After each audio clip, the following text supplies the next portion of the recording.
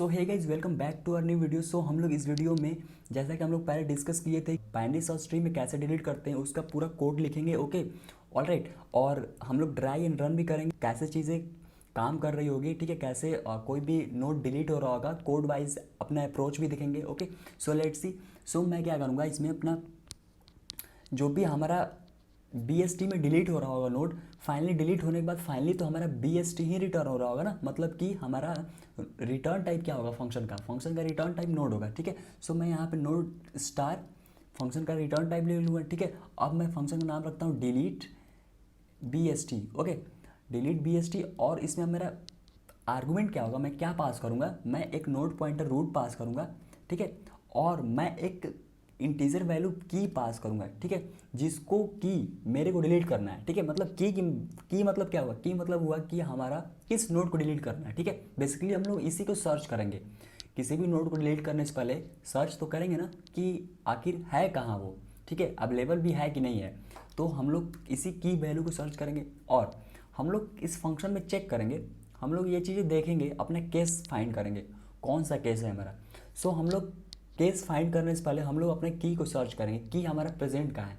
तो की को सर्च करने के लिए हम लोग रिकर्सिवली फंक्शन को कॉल करेंगे, और कैसे कॉल करेंगे वो देखते हैं।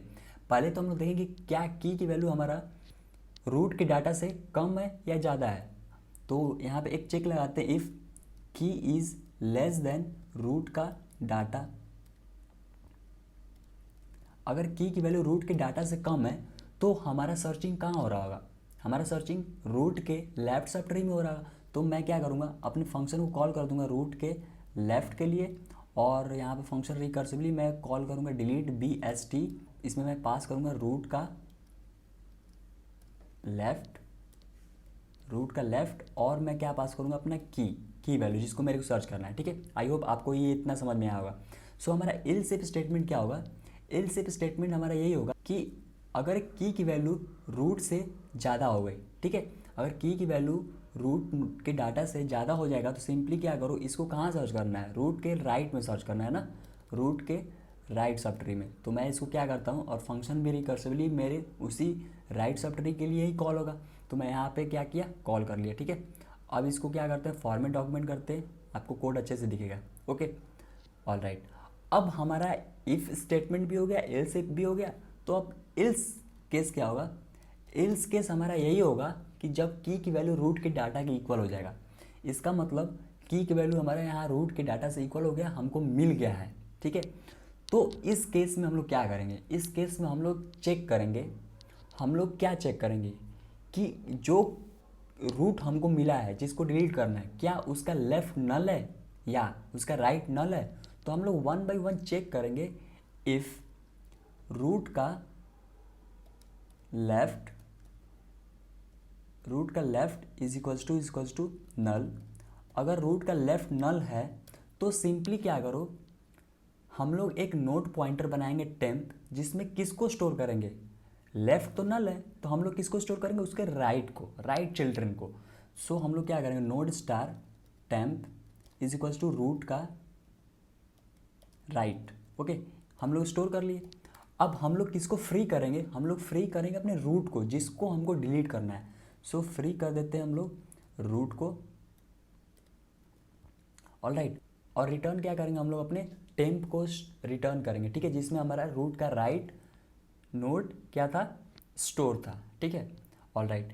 यही केस इसके लिए भी हो सकता है ना, जब हमारा रूट का लेफ़्ट नल है इसमें, तो दूसरा केस क्या होगा, अगर रूट का हमारा राइट नल हो।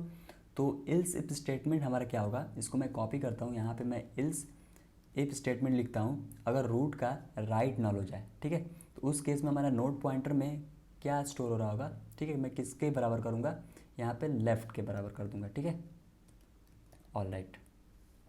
ओके, सो आई होप आपको ये पूरा कोड समझ में आ रहा होगा।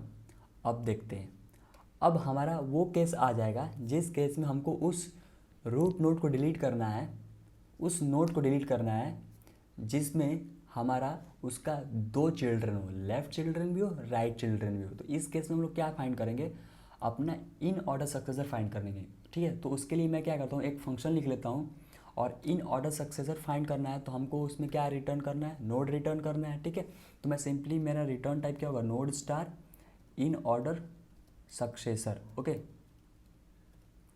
इन ऑर्डर सक्सेसर हमारा फंक्शन का नेम होगा और इसमें मैं पास करूँगा नोड स्टार रूट।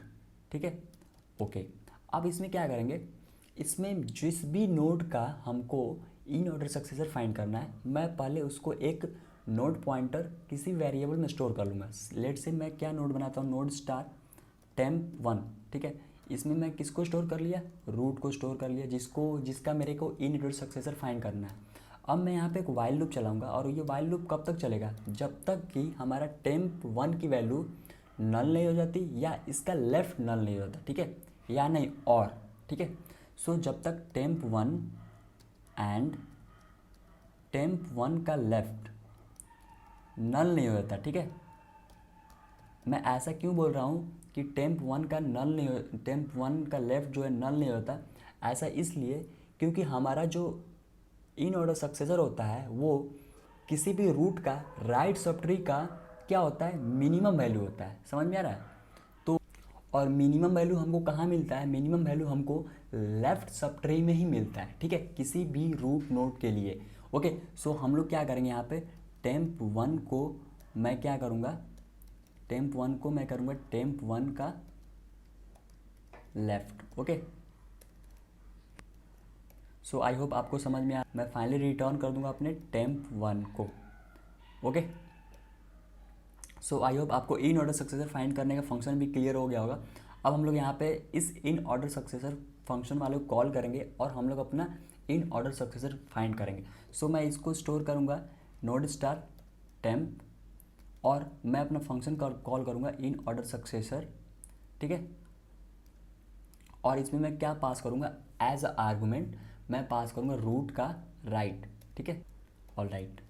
अब मैं क्या करूँगा कि जब हमारा इन ऑर्डर सक्सेसर आ जाएगा, मतलब कि temp में वो स्टोर हो गया, तो उसके डाटा को मैं क्या करूँगा, रूट के डाटा से रिप्लेस कर दूँगा। समझ में आ रहा है? ऐसा मैं इसलिए करूँगा क्योंकि जब रिप्लेस कर देंगे तो फिर उसके बाद क्या करेंगे, उसको हम लोग डिलीट bst फंक्शन कॉल करके उसको डिलीट कर देंगे। ठीक है, सो मैं क्या करूँगा, यहाँ पर रूट के डाटा को मैं temp के डाटा से रिप्लेस कर दूंगा जो हमारा इन ऑर्डर सक्सेसर आया है। फिर उसके बाद मैं अपना रूट के राइट के लिए अपना डिलीट bst फंक्शन कॉल कर दूंगा। ठीक है, सो रूट के राइट के लिए हमारा डिलीट bst फंक्शन कॉल हो जाएगा।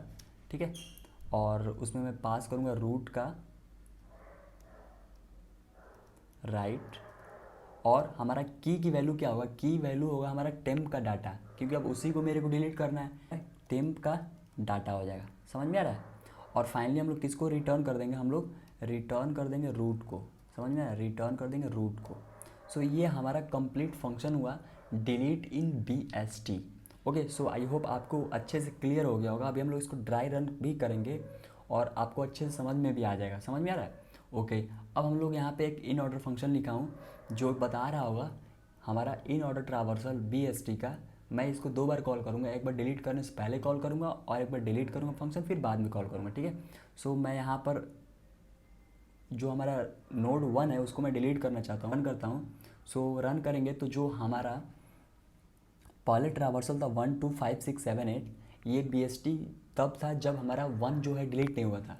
ये अब क्या है, 2 5 6 7 8 डिलीट होने के बाद। सो आप देख रहे होंगे कि इसमें हमारा जो सॉर्टेड नेचर है, इंक्रीजिंग ऑर्डर में जो हमारा एरे आ रहा है वो सही आ रहा है। इसका मतलब हमारा आउटपुट सही है और हम लोग डिलीट कर लिए। ओके, सो चलते हैं, इसको हम लोग ड्राई रन करते हैं अपने वन नोट में। आपको अच्छे से मैं विजुलाइज कराता हूँ कैसे डिलीट हो रहा होगा। ठीक है, कोड वाइज सारा अप्रोच भी डिस्कस करेंगे। लेट से मेरे को किसको डिलीट करना है, लेट से मेरे को 6 वाले नोड को डिलीट करना है, मतलब कि हमारा की वैल्यू क्या है, 6 है। समझ में आ रहा है? तो पहला काम क्या होगा कि हम हर रूट नोड के पास आकर ये कंपेयर करेंगे कि क्या हमारा की वैल्यू जो है वो लेस है या ग्रेटर है। अगर लेस होगा तो किसके लिए कॉल होगा हमारा फंक्शन, अगर लेस होगा तो पता है कि हमारे रूट के लेफ्ट सब ट्री में ही उसकी वैल्यू होगी, तो रूट के लेफ्ट सब ट्री के लिए फंक्शन को कॉल कर देंगे रिकर्सिवली। अगर ज़्यादा होगा तो रूट के राइट सब ट्री के लिए कॉल हो जाएगा। समझ में आ रहा है? ओके, तो इस केस में हमारा जो 6 है वो ज़्यादा है 2 से, तो हमें पता है रूट के राइट सब ट्री के लिए कॉल होगा। अब हमारा यहाँ पे आ जाएगा।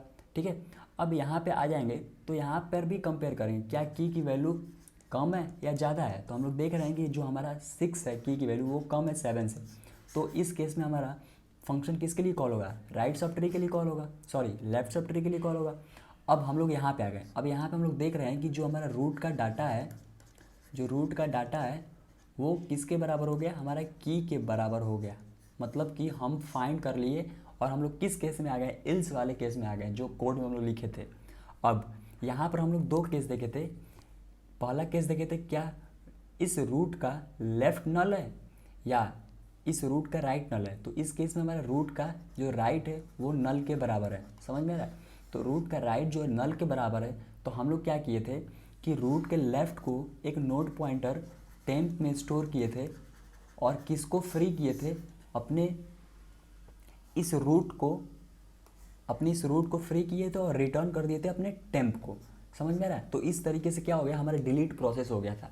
और लास्ट केस क्या था, लास्ट केस हमारा ये था कि जब हमको किसी का इन ऑर्डर सक्सेसर फाइंड करना हो। इन ऑर्डर सक्सेसर कब फाइंड कर रहे थे हम लोग, इन ऑर्डर सक्सेसर तब फाइंड कर रहे थे जब किसी भी नोड का 2 चिल्ड्रन हो, और इन ऑर्डर सक्सेसर फाइंड करने के बाद सेम यही प्रोसेस हो रहा होगा, समझ में आ रहा है। सो इस तरीके से हम लोग डिलीट करते हैं अपनी बाइनरी सर्च ट्री में। सो आई होप आपको वीडियो समझ में आया होगा और कॉन्सेप्ट भी क्लियर हो गया होगा। So please like the video and also subscribe to my channel.